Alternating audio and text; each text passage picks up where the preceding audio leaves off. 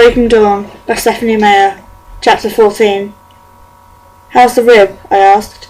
Taped up nice and tight. I don't even feel it. I rolled my eyes. I heard Edward grind his teeth together as I figured out how her blow-off attitude bugged him as much as it bugs me. What's for breakfast? I asked, a little sarcastic. O negative or AB positive. She stuck her tongue out at me. Totally let laugh again. Omelette, she said, but as her eyes darted down I saw that a cup of blood was splashed between our leg and Edward's.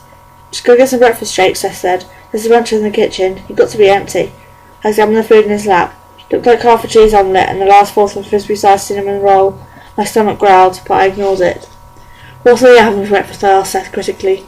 Hey, I took food to her before I ate anything, he defended himself. She said she'd rather eat roadkill, but I bet she caves. These cinnamon rolls. He seems at loss for words. I'll go hunt with her then. Seth sighed as I turned to leave. A moment, Jacob.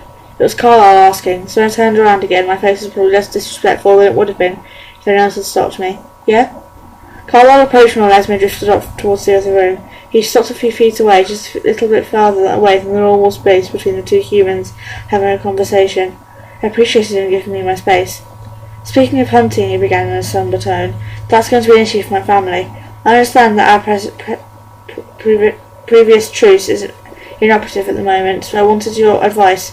Will somebody hunting for us outside of the perimeter you created? We don't want to take chances of hurting any of your family, or losing any of ours. If you were in our shoes, how would you proceed? I leaned away, a little surprised. When he threw it back at me like that, what would I know about being in the bloodsucker's extensive shoes? But then again, I did know Sam. It's a risk, I said, trying to ignore the other's eyes as I felt on me, and talk only to him. Sam has calmed down some, but I'm pretty sure that in his head the treaty is void. As long as he thinks the tribe or any other human is in real danger, he's not going to ask questions first, if you know what I mean. But with all that, his priority is going to be other push.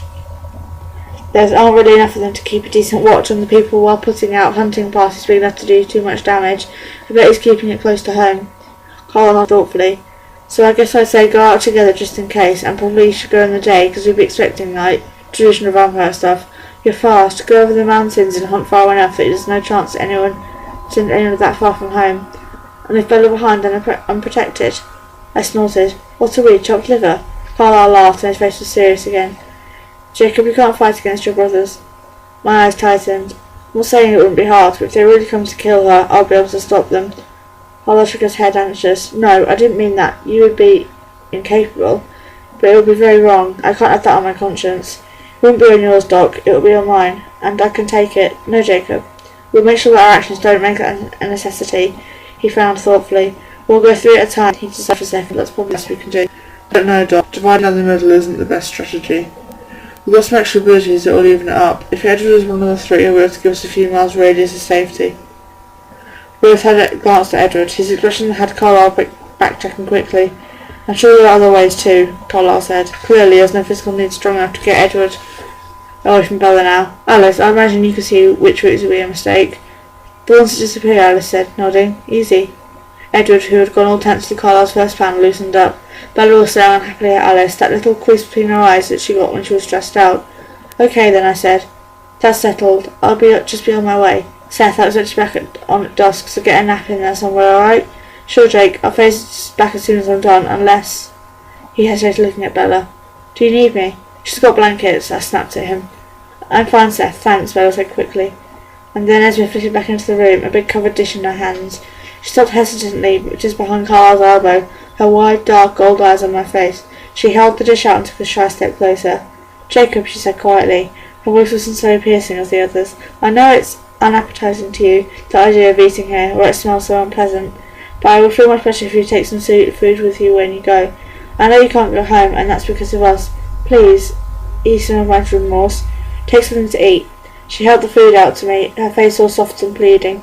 I didn't know how she did it, because she didn't look older than her mid-20s, and she was bone pale too, but something about her expression still reminded me of my mum. Jeez.